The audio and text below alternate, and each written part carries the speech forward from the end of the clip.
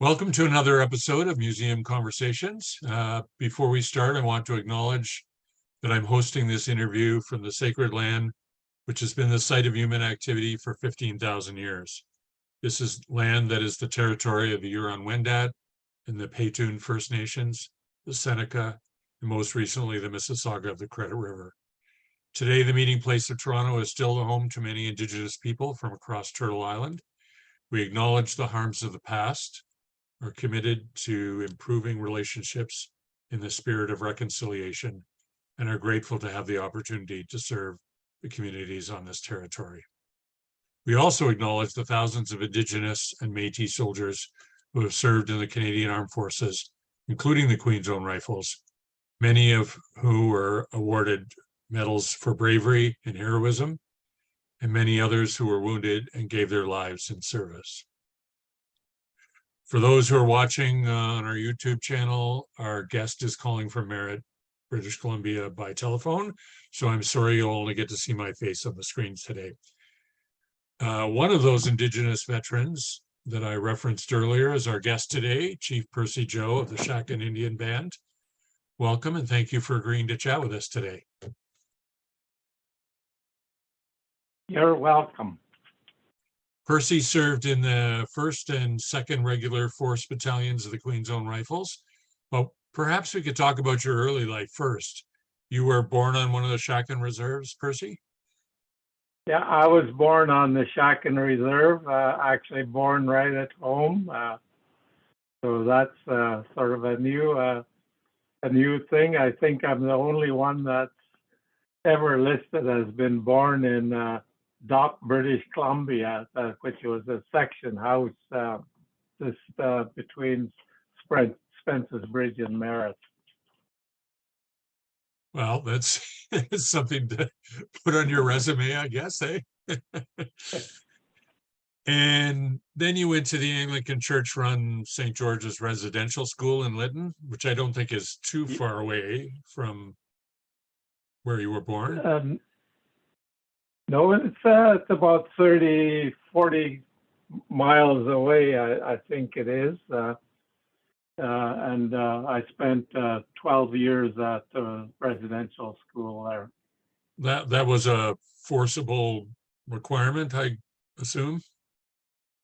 I didn't realize it then, but now that I did, there's just a great opportunity for me to also get an education, because there was no schools close by, and at that time Indigenous people were not allowed in public school systems. I think it only came in about 1952 or somewhere in that area. Right. And was your experience similar to other residential survivors, or?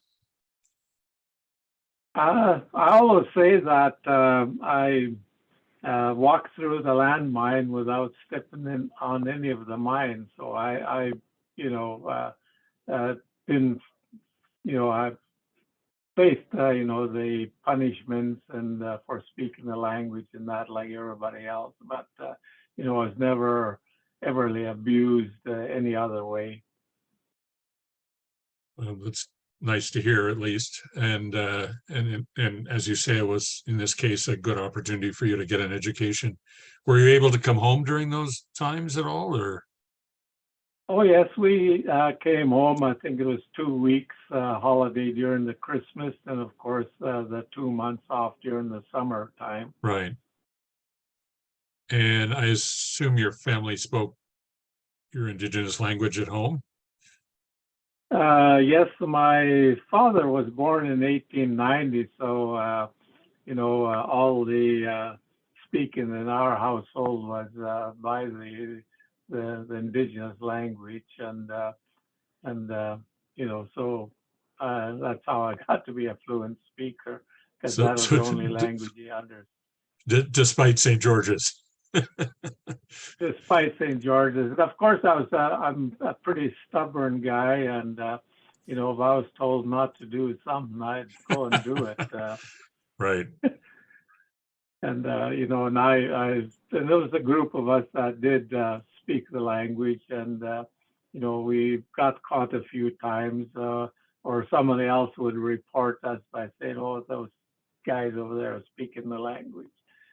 But we insisted as a group that hung around together, and and we spoke the language. It's just so hard to grasp today why that was so important. But I mean, I guess it was the effort to try and assimilate people, but it just so hard to understand today. It is. When I think about it, back then it was just sort of the normal thing, I guess, in a sense. And I just we just done it. We just spoke the language. Yeah, yeah. So I understand it was while you were in Lytton that you got your first exposure to the Canadian military. Can you tell us about that?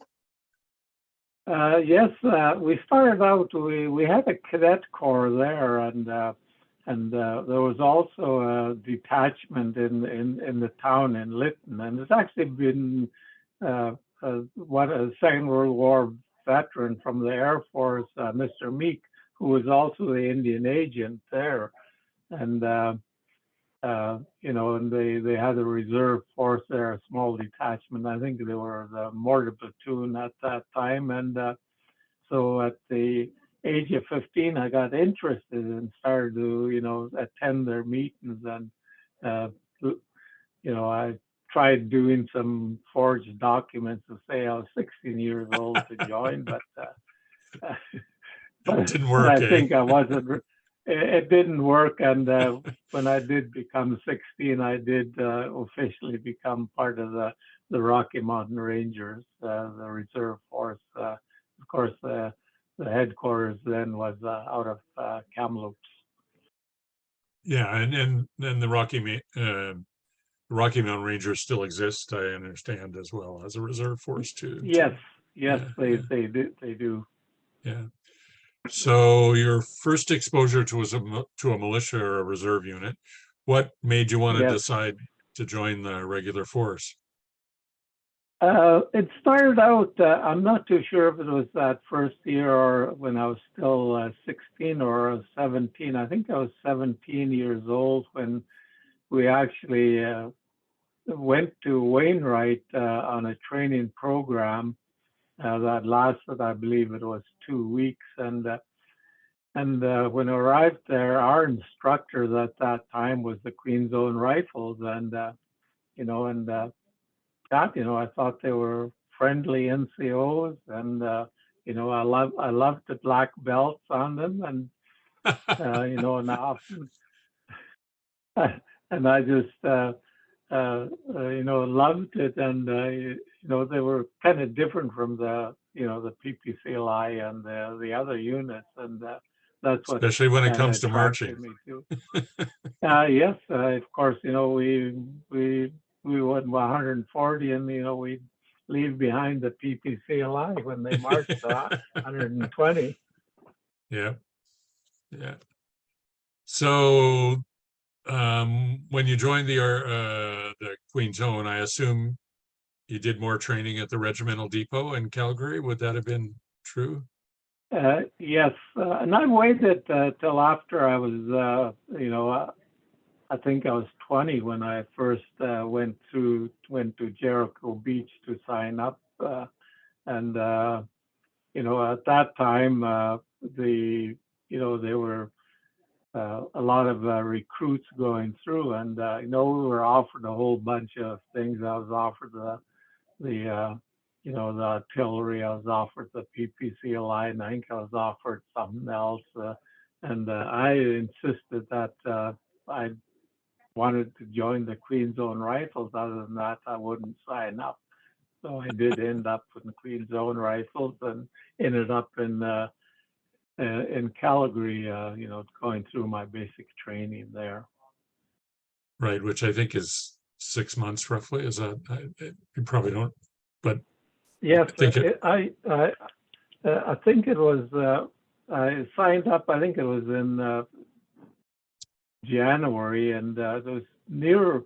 And actually, I just missed the group of recruits that started the platoon ahead of me. So I was the first one in the next group coming in, and you know, I was the only one in the barracks there for a while, and what 3 days later, this guy from Saskatchewan walks in, and so we kind of sat around and, you know, done other kind of duties and that till you know, the group was filled up to start our Plus training. three good meals a day, right? Oh yeah, definitely. I must say that you know, during basic training, the meals were great. You know, it was you had a choice of everything. Yeah. Do you remember your recruit platoon number? Yes, 104. 104. I'll have to see if I Yes, can find a photo of it. I know we have a lot of the photos for a lot of the yeah, recruit yeah. platoons, but Yeah, as a matter of fact, if you look up platoon 104, you'll see my name there as awarded the best recruit. oh, okay. So we have that Yeah, trophy in the museum, actually, the big trophy, not the yes, little one yes, that they would yeah, give to you, but yeah, we yeah, have the yeah. big, I got the cup. I yeah. still have that cup with me. Oh, really? That's cool. Yeah, I know they Yeah, and keep asking. there is pictures I know of, you know, me receiving the trophies and that during our completing our recruit training. And what year would that have been? That was 1962. I 62. think it was June of 1962 when we completed our training. I'll have to look up to see whether we have some big massive photo albums uh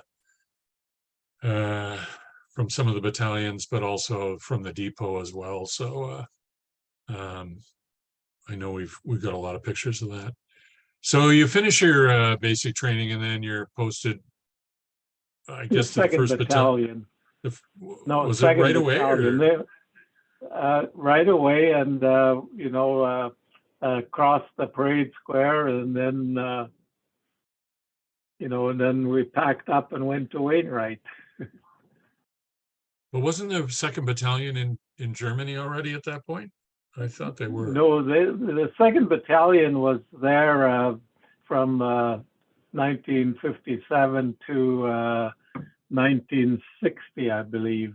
Oh, okay.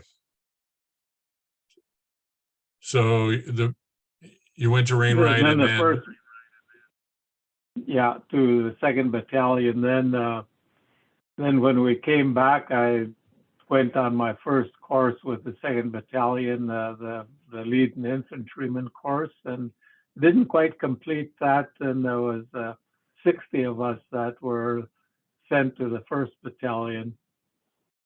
That would have been in September or October, getting near October, I think, in 1962 when we went to Germany to become the first battalion. right.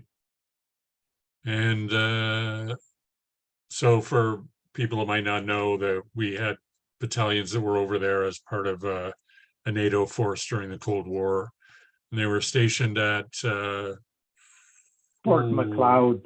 Fort McLeod, right? Yeah. So Little town called Deilenhofen. yep, yeah, and I think that's all now been converted to residential and a community center, some of the buildings, and because the base doesn't exist anymore. So yeah. Yeah, I tried Googling it, and I think some of the barracks are still there. I'm not too sure. Yeah, I think they've been converted to some other purposes though. Yeah. Yeah. Yes. So tell me a little bit about your experience in Germany then. Well, we arrived there. It was in the late evening. It was starting to get dark. I remember it was kind of drizzly, and I looked at the buildings. They looked so old and that. And we we were loaded up into. I'm not too sure where we landed. at that time. It must have been close by because I don't recall it been a long bus ride to Right. Fort McLeod. I remember then we were standing out in the parade square and it was already dark. I don't know, it must have been about 10, 11 o'clock at night. And there was everybody, a lot of hollering going on and that. And everybody, flashlights were flashing on our faces. And I could remember somebody coming around. They were asking me if I played hockey. I said no. Somebody else asked me something else, basketball. No. Another one came around, and and and they were, and some of them, yes, I said, okay, move over there, and I'm still standing there. I said, I got to move out of this spot somehow. So when this sergeant came around, he said, do you run? And I said, oh yeah, I could run. So okay, get over there, and that's how I became part of the cross country team. And I was never ever a long distance runner at all. I thought I was more a sprinter than a distant runner, but I ended up doing pretty good at distant running. Well, pretty good. You were part of a team that competed in the championships Yes, for the British Army on the Rhine yes, in yes. in England. Yeah, I remember, when we ran against the brigade finals, and of course, we had the perfect score. We, all 10 runners came, from 1 to 10, and of course, at that time, only 8 would count, for what it is, and of course, I was basically either the 8th, 9th, or 10th all the time when we ran. So we had some good runners there, but we did run, win the brigade, and we did run against the British Army on the Rhine. And we've had some, exhibition runs with the British Army, and there was always this one unit, the Green Jackets, that used to always beat us because they had some awesome runners. But for some reason, in that case, we had there was snow, and it snowed, and our coach, Sergeant Tom Eagle, made us run through the snow. He said, because you don't know when the final is going to look like, if it's going to be snow or not. So made us run in the snow while everybody else was training, running on roads. So come the day that we had to run, there was still lots of snow, and that's, I think, was our advantage of running in the sort of, some 10 or 12 inches of snow. So that our coach did make the right choice on that. I think I read somewhere also that the British team had a lot of Olympic runners that were part of the army that were competing as well.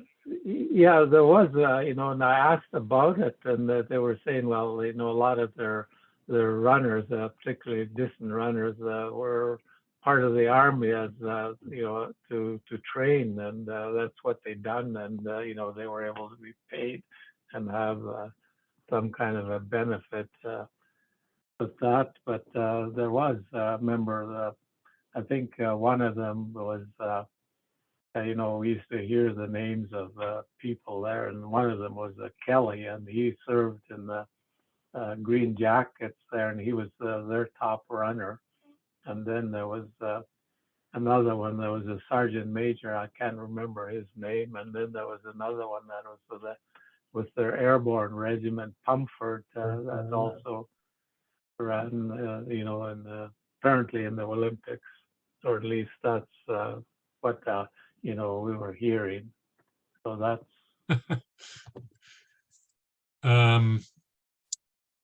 You mentioned Tom Eagle, who was also an indigenous soldier. Yes. And I think his brother was in the Queen Zone as well, you said, Jim? Yes, Jim Eagle, yeah. And he ended up with the PPCLI. I don't know when he moved to, but I think Jim Eagle served with the Queen Zone over in Korea. Yeah, yeah. I think you mentioned to me when we talked earlier that there were quite a few indigenous soldiers in the Queen's Zone Reg Force battalions. Yes, in the first battalion, there was a number of us, quite a few of us there. A lot of them I didn't know. A lot of them were, coming in as young recruits, and I never really got to know them because they weren't in my rifle company or Right. that. Because I actually ended up a lot of my time in a support company as either with mortar platoon or reconnaissance platoon. And did you face any, I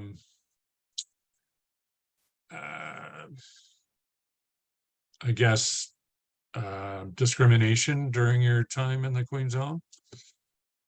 I did. There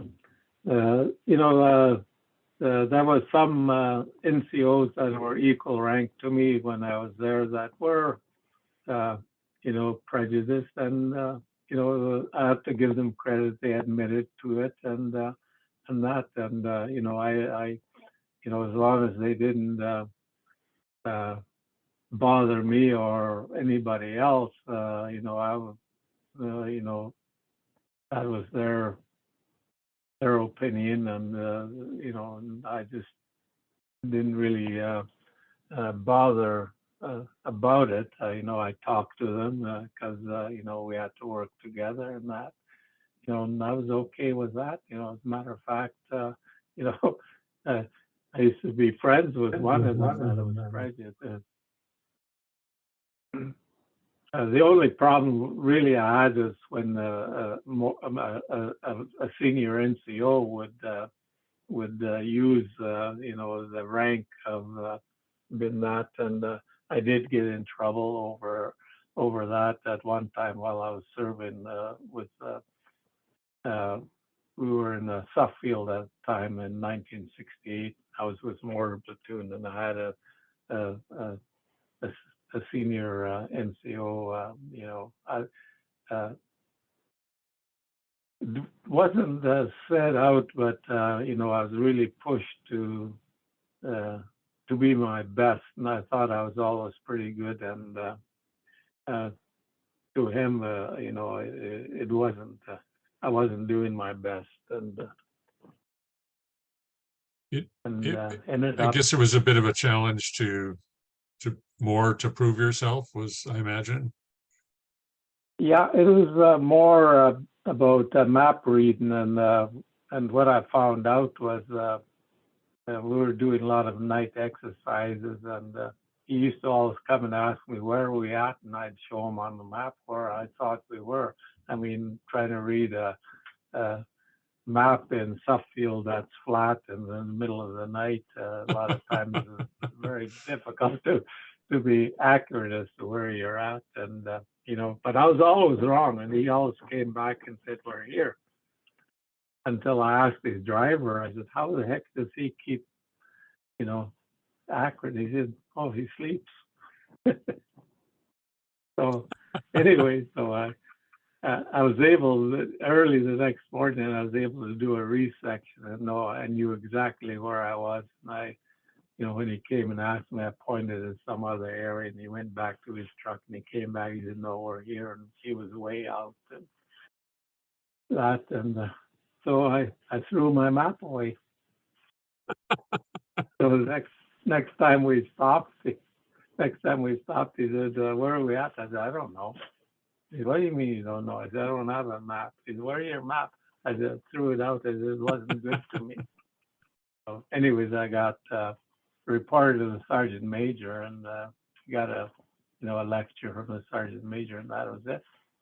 And I thought I was okay till I got back to Victoria, and I went up on orders parade, and actually my company commander then was Major Belzile, who was, of course, ended up to be a lieutenant general. Yep. went up in orders, and I was charged with insubordination, and I said, yeah, I was insubordinate and that. So he couldn't believe that I would be insubordinate, but I was. So I got my punishment for that. Well, you can't win them all. No.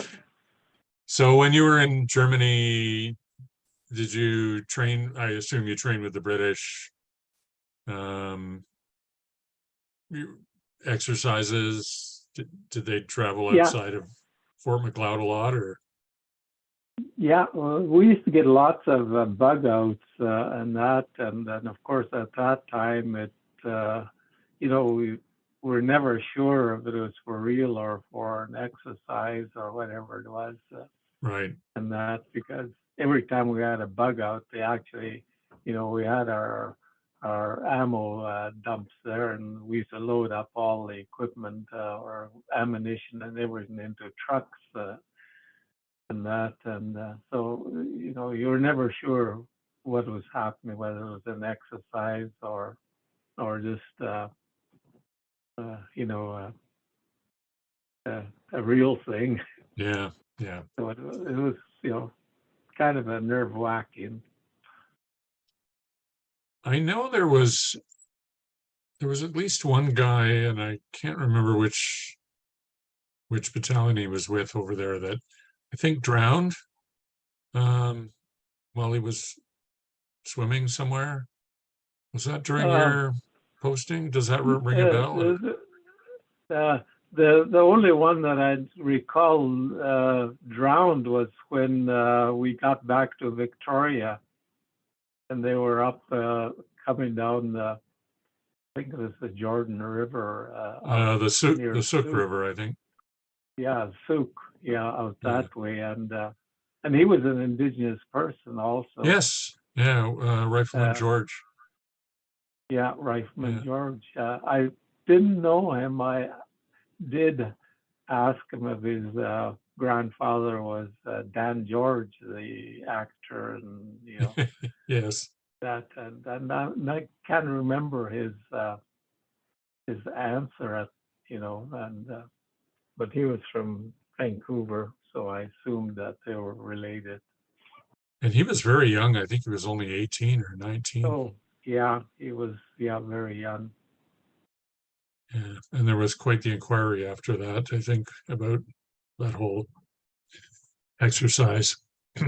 Yeah, it was apparently what had happened was they went out and looked there on a Friday, I think, and they went out on a Monday, and there was a lot of rain and that, and and the river came up and that, and so there was quite a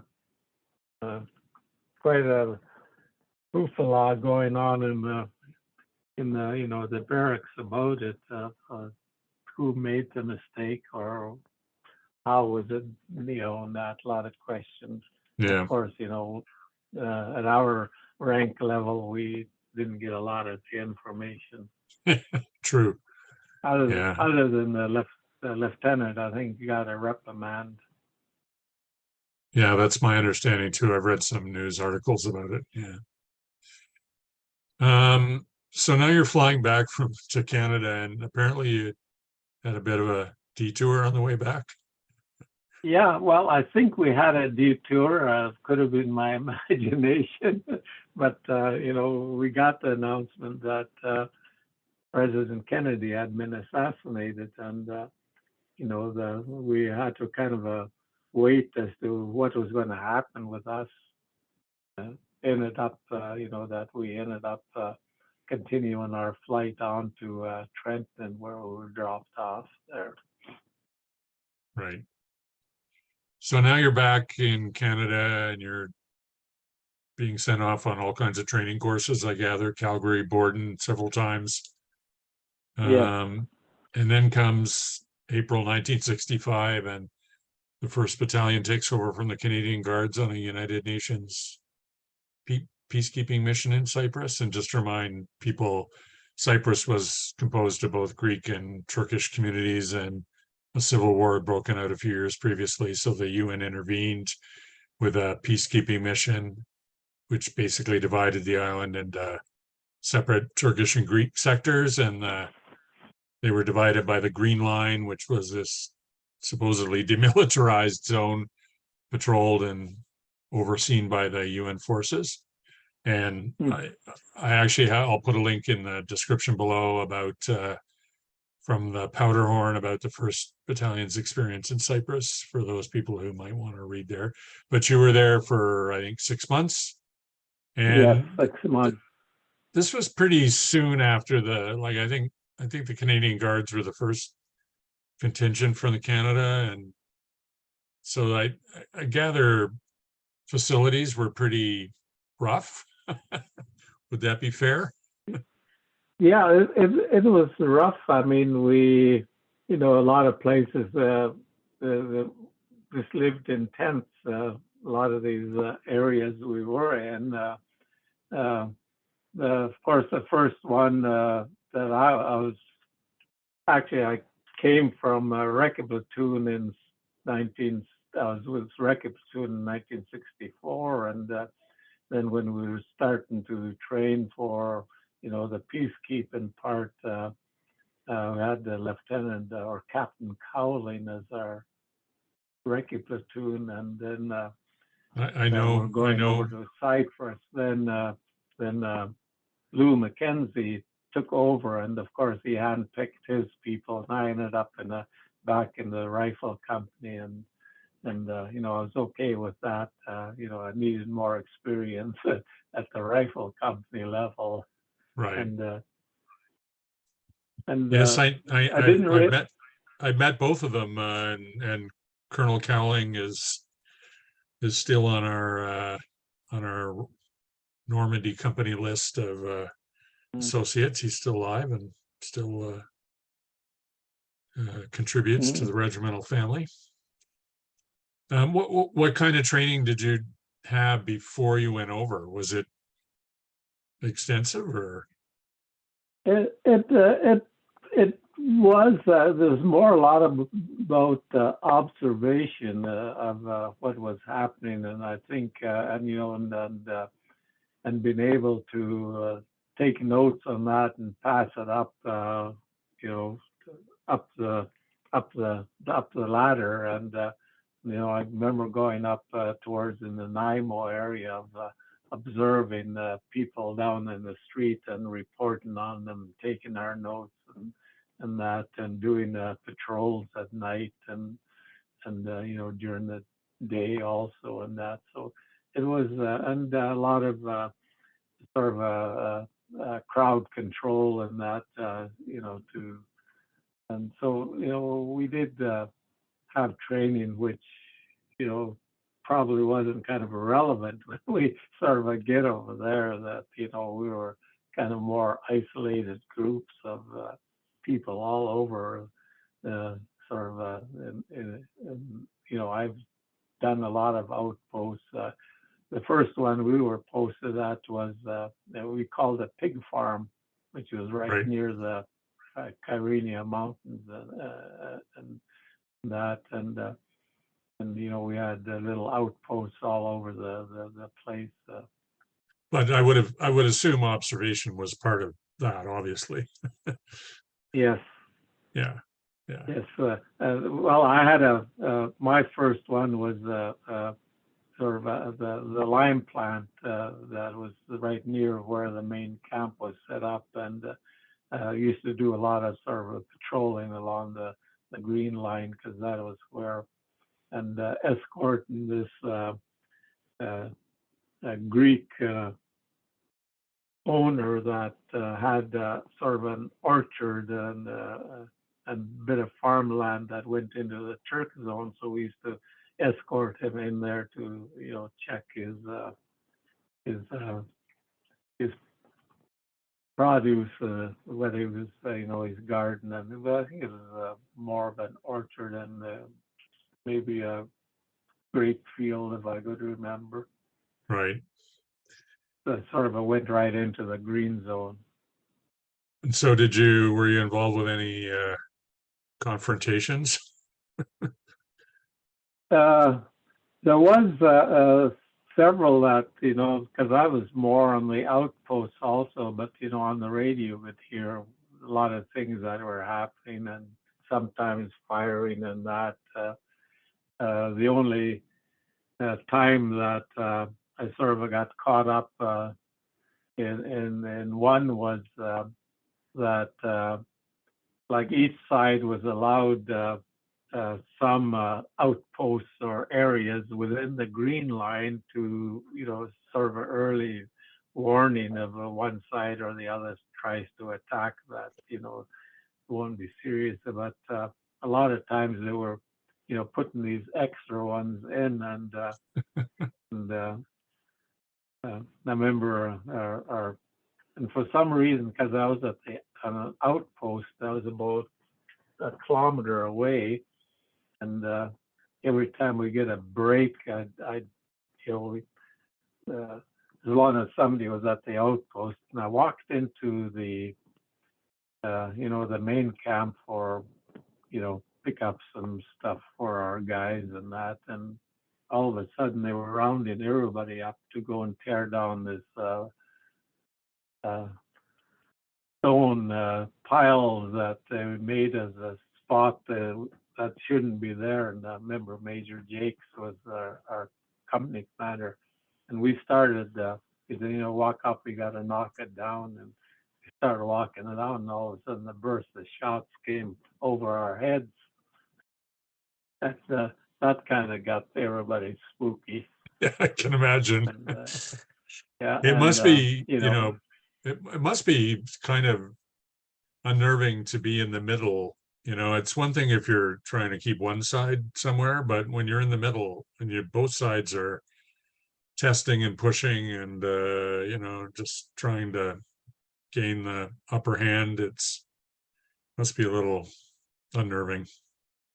Oh yeah. I mean, I think the first one I had was because they had a convoy that came from Nicosia to Kyrenia. They'd go from Nicosia to Kyrenia, then they'd come back with another one, and in the afternoon the same thing would happen again. But I had this. My first one was taken over from the Canadian Guards, and my instructions were that I went out there with them in the morning. At lunchtime, they were gone, and and he was telling me, things that you're going to be pushed and that. He said, don't back up and all that stuff, and there's always somebody. It wasn't sort of it was more the the young kids, 16, 17-year-olds that were really pushing us, and so I was glad that all I heard from the Canadian Guards as they were leaving, good luck. That's not very encouraging, is it? Yeah.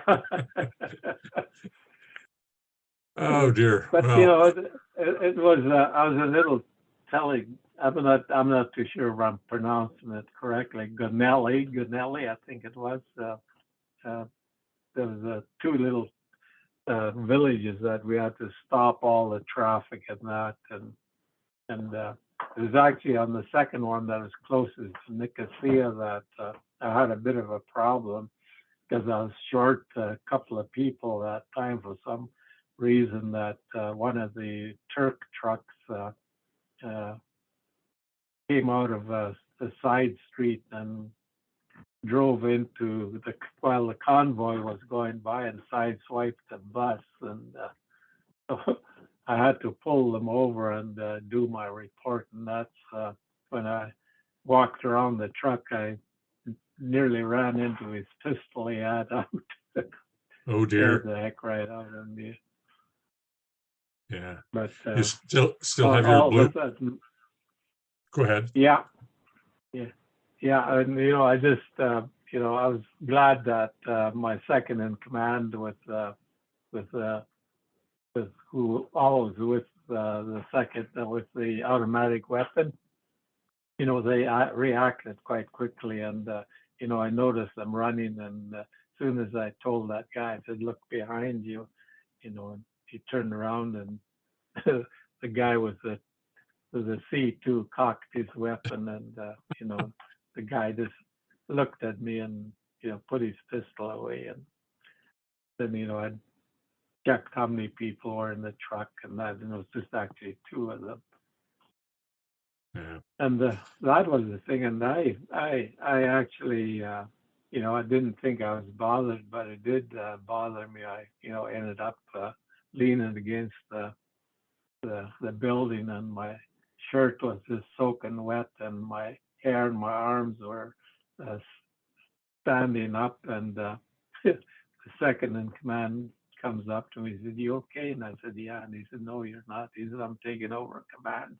I didn't argue with them, and I went back to camp during lunchtime, and I just sort of relaxed and slept a bit to, sort of get myself back together again. So Yeah. I was quite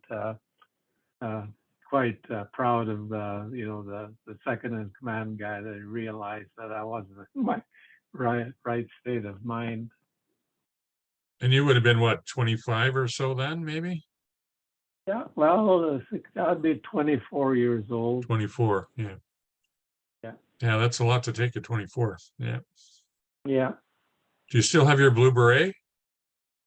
I've got a different one. I don't have the original one. Just wondered. And did they issue armbands too, I think? Or did they just sew a patch on your, was there just a blue patch that went on your? No, there's just a blue patch, and Ah. and the So this was also the tour that Rifleman PJ Hoare was killed when his Jeep rolled over on a tricky mountain road. You yes, knew PJ? yeah. I didn't really know him, but it was in 1964, I believe, that we were part of the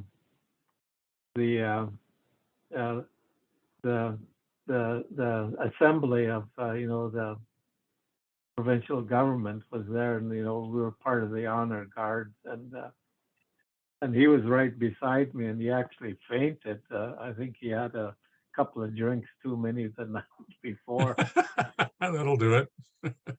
Yeah, Yeah. and so I got to know him because we'd done a lot of sort of drills and that to prepare for it. So I got to know him at that, and we used to have a chat, and yeah, so I kind of knew him. I didn't know him before that, but after the parade, I got to know him.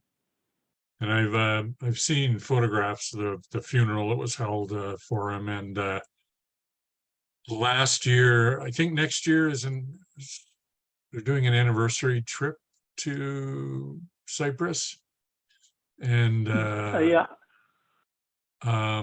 General Holmes, who just the previous honorary colonel, he was over there with a recce thing this past year, and I know he went and visited the grave where Rifleman Hoare is buried. He sent me a picture of it, so yeah. yeah, I know a couple of other people that were the Queen's Own actually went over and seen his grave also. Yeah. So I'm still in contact with some of them that are in Victoria, retired now. Right. I think that group's growing smaller and smaller, of course, as the years go. But yeah.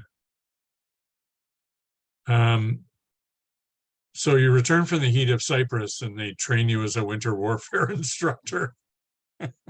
Yes, seemed... I'm not. I'm trying to think of the year. I actually got my record somewhere in the house here. That I'll have to, refresh my memory where I was. But yeah, I did take the winter warfare course, and we ended up somewhere after the classroom parts up in Churchill or past Churchill, somewhere around there.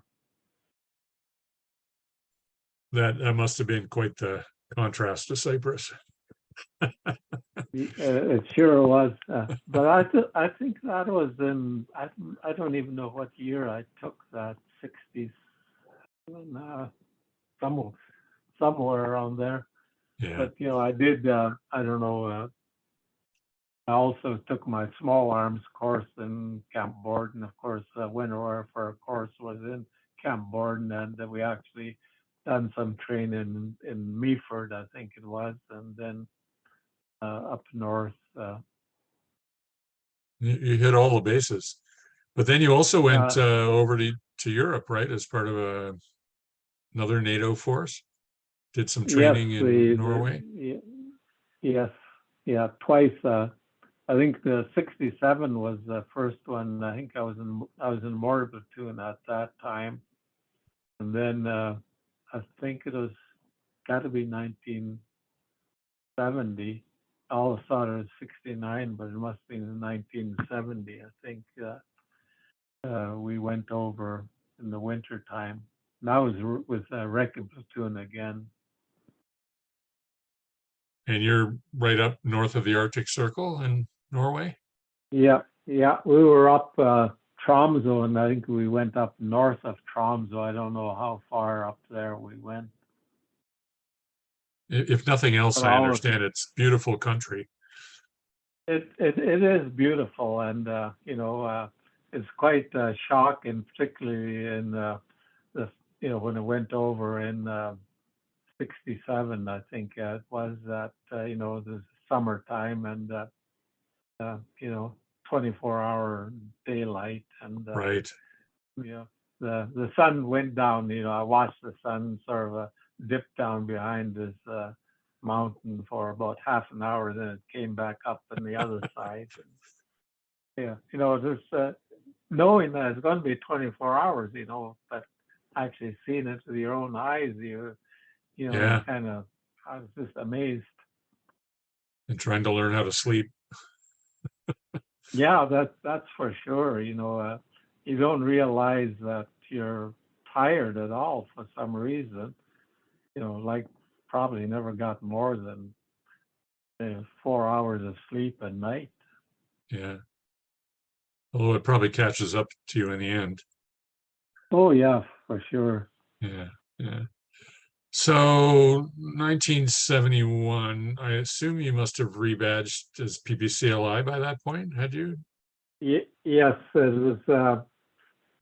Well, it was on the 26th of April, 1970. I think so the next morning we became the PPCLI. And you're a master corporal and you're up for promotion, but you decide you're going to leave the Army. What led to that decision? Well, there was several, there wasn't just sort of a one thing. It was a combination of a whole bunch of reasons. One of them was my father asked me to come home to run the ranch, and actually, it's probably been about 2 years, because he was already in his 80s,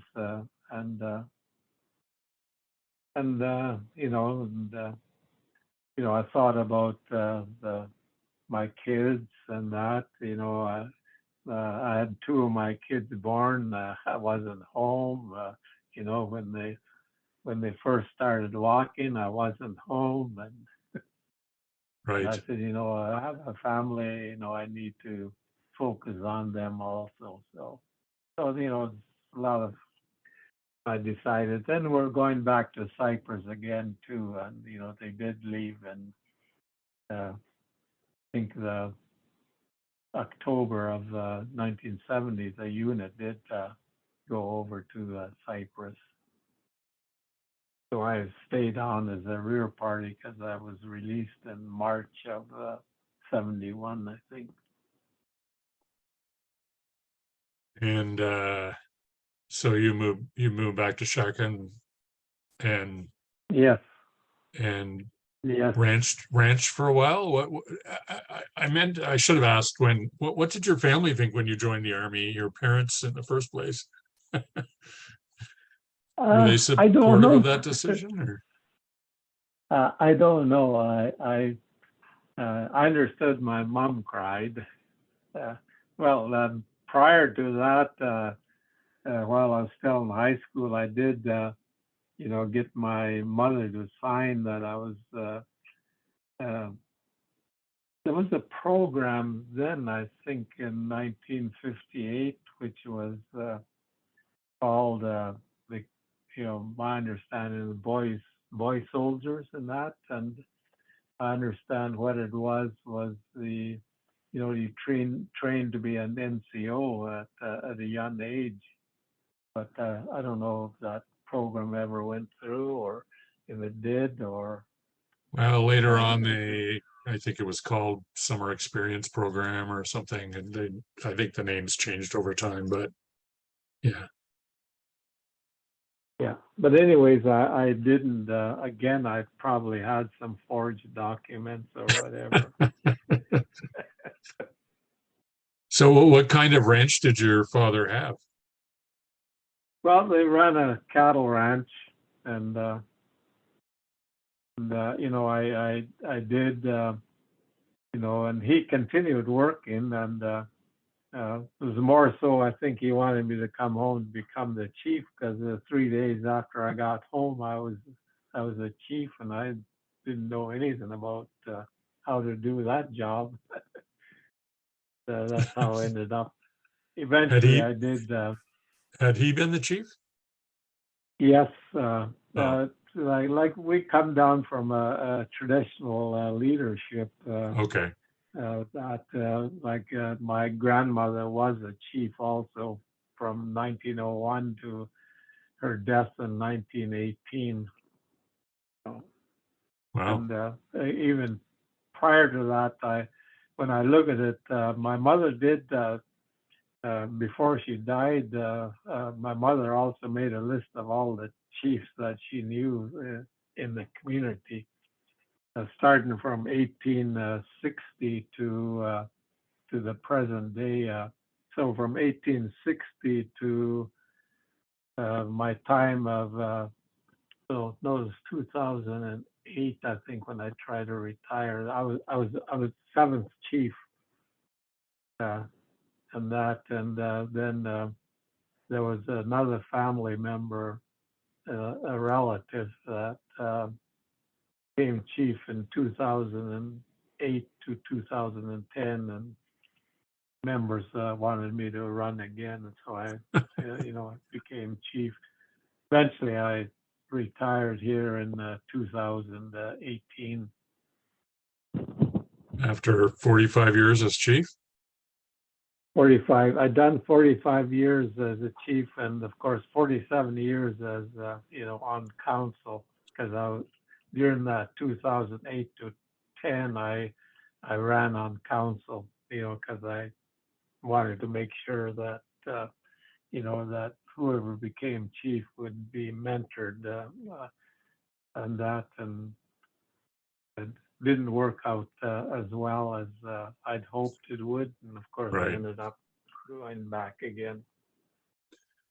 Was there any one accomplishment in that role as chief that you're most proud of? Well, I think the several. I think we were one of the first,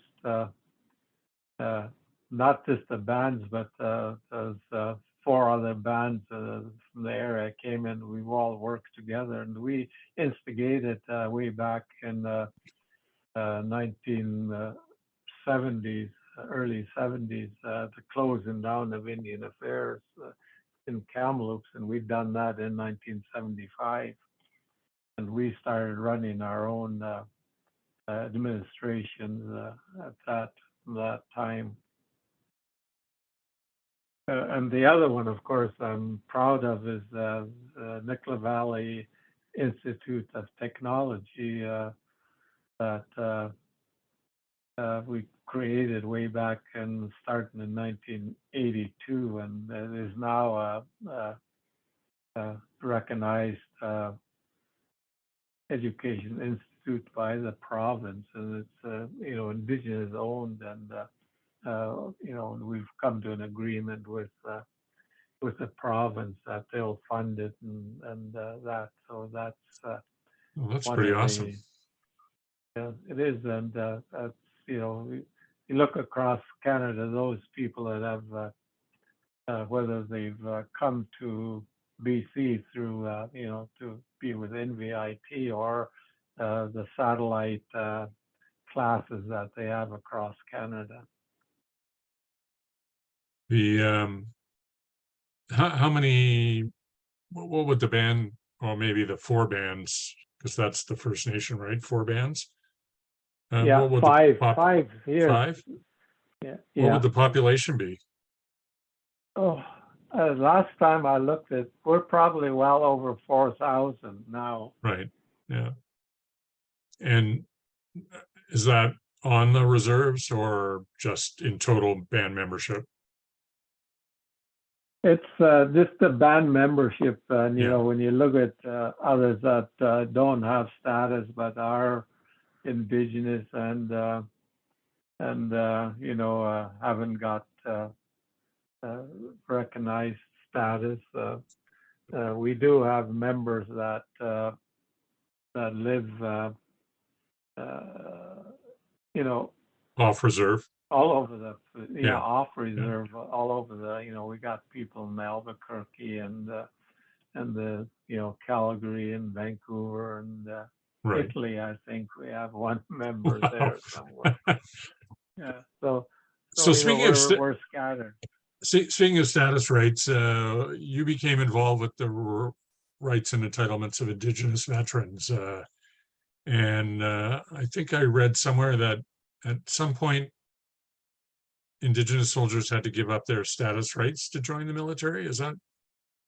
Yes, and that started, I believe, back in the First World War, and I'm not Right. too sure, why that was the reason. I hear all different stories, but basically because, like when you join the armed forces, regardless of what your age is, you get to vote, and of course, back then, Right.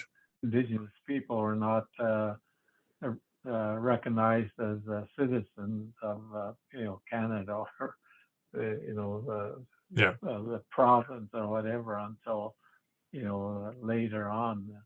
In BC, I think 1947 was when the first Indigenous person ran for MLA in British Columbia, and of course, as Indigenous people, we never got to vote the national level till 1960. But then, if you were in the army, you were allowed to to vote regardless. So maybe that's what caused. I really don't know for Do you know sure. when that was abolished? Do you know? And 1960 was Okay. the year that that we as indigenous Right. people are be able to vote at the national level. I think So, in BC it was 1957 or something like that. so can you tell me more about your work with the Indigenous veterans?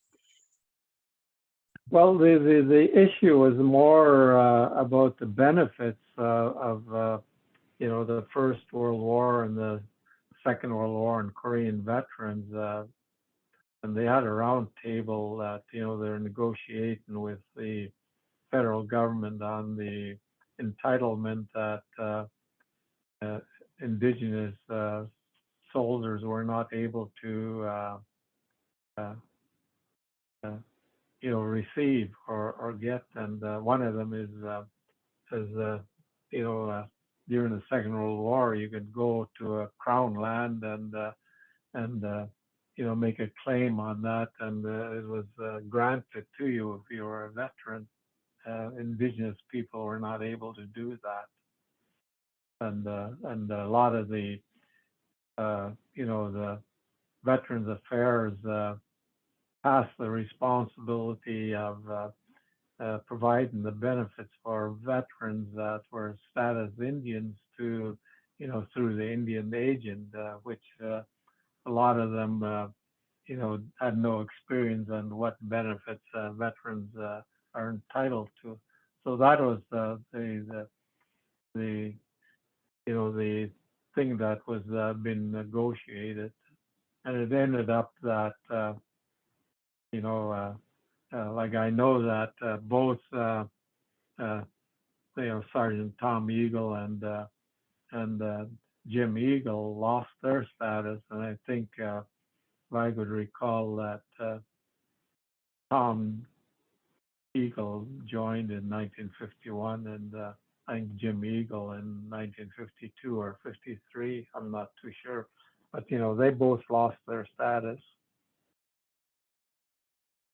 And then, of course, before Tom Eagle's death, he promised me that, or I promised him that I would continue, because he lost his status and he wasn't going to get his status back as a Bill C-31, and so I, that was the commitment I made, and that's the reason why I'm still involved in the First Nation veterans issues. So And, has that Jim, now been changed? Can status been not? There probably aren't that many left that that lost your status now, but no, but it does affect their children. Right. Yes, and grandchildren particularly. Like like Jim Eagle, his grandchildren do not have status, whereas if you had status, that your grandchildren, regardless of if they're have mixed marriages or that, are still entitled to have a status. So it does the impact there, but it's more the impact is, we're finding out now is more the financial end of particularly Second World War veterans, that it's impacted their family and there's still problems with that of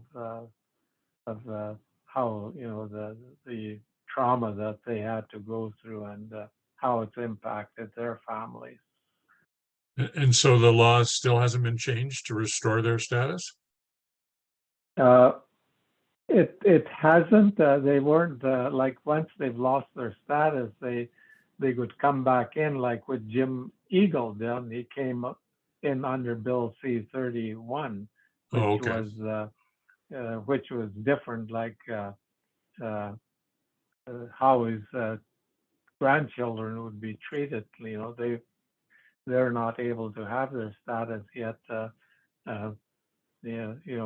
For example, my sister's grandchildren are registered status, even though she did get married to a non-Indigenous person.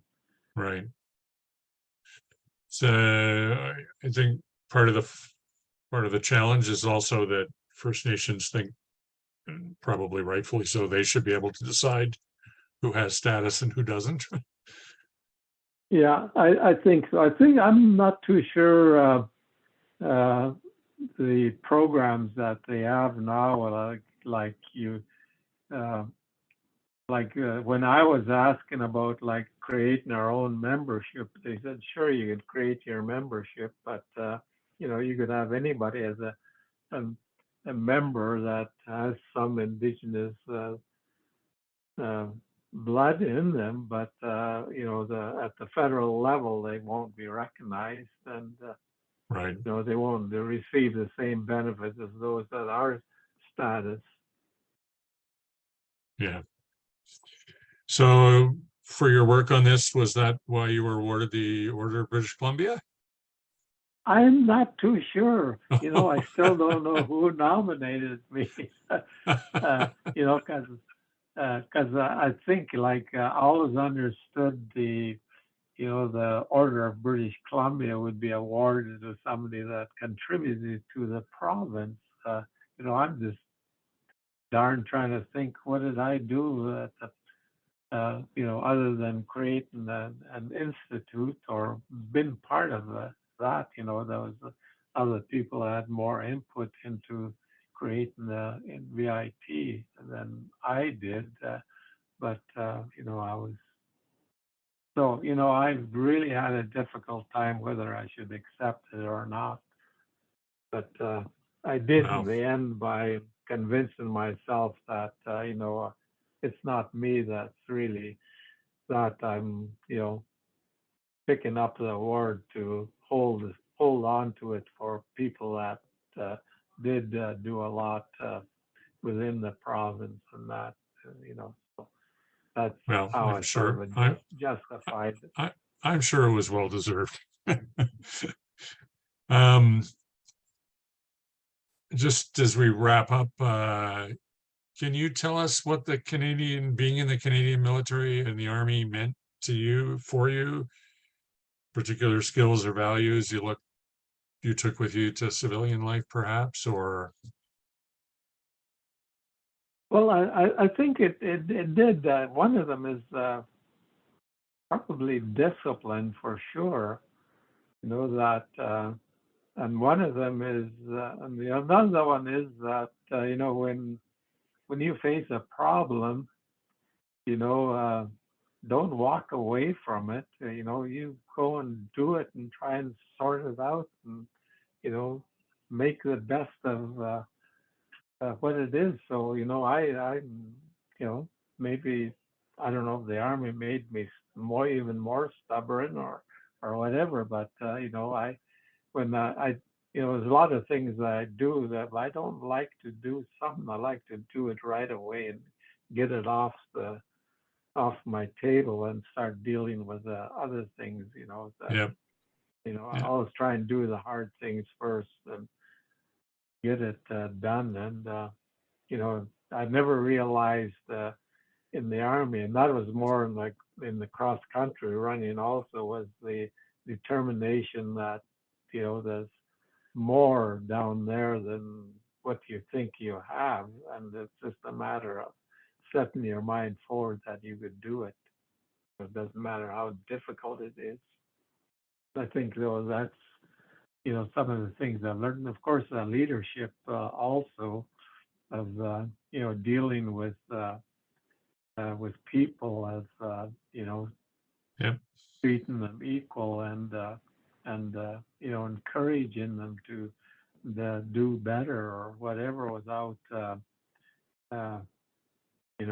really criticizing them or anything, but really helping them to come along. And and I think I learned that through my NCO training, is how we have to work as a group. Like you always say, the chain's only as strong as the weakest link. So you have to, how do we strengthen that weak link to make us a team?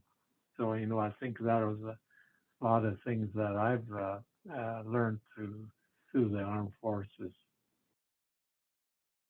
So lastly, the question I want to ask, and this is a little, I probably should have warned you about this one, but lastly, you're obviously a member of your First Nation, but you're obviously Yes. also a Canadian who's served his country when you were needed. So Yes. what does being Canadian mean to you?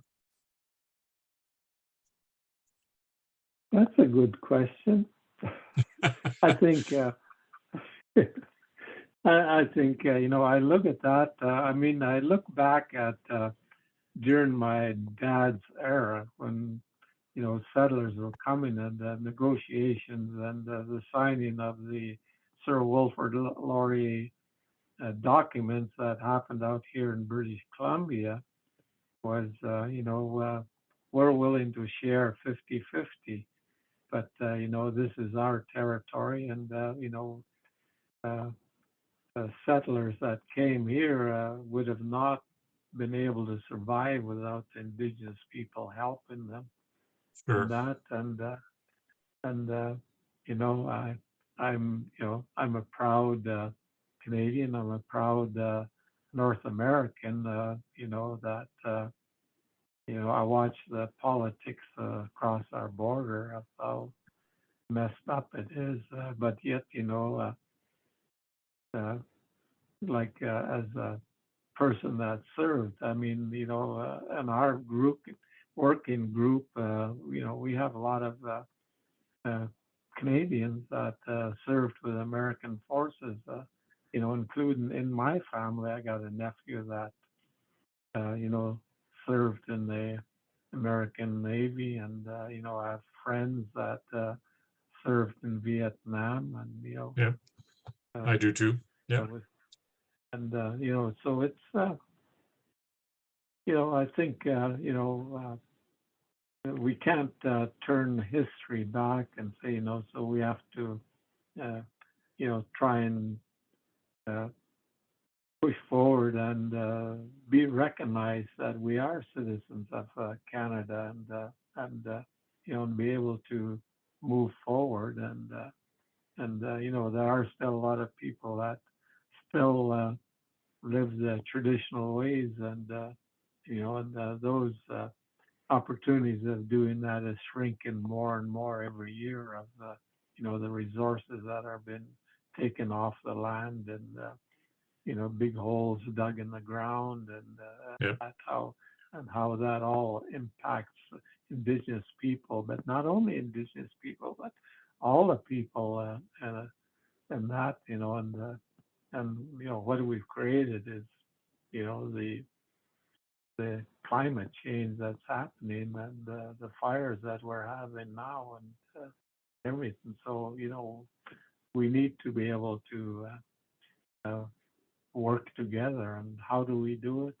You know, I don't know. Working together would help for sure. absolutely.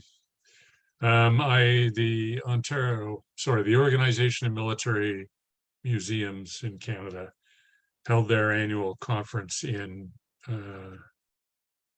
Kamloops, and it might have been a good chance for me to come and meet you personally, but unfortunately, I wasn't able to attend. So I do want to thank you very much for taking the time to chat with me today, and particularly about your experience with the Queen's Own Rifles. So thank you very much.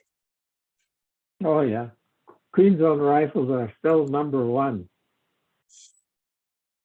Absolutely, absolutely. And actually, you know, the militia regiment or battalion that's here in Toronto is the largest in numbers militia battalion in the country. The last I heard, they had over 300 soldiers in it, and they're extremely active, and they've got great leadership, and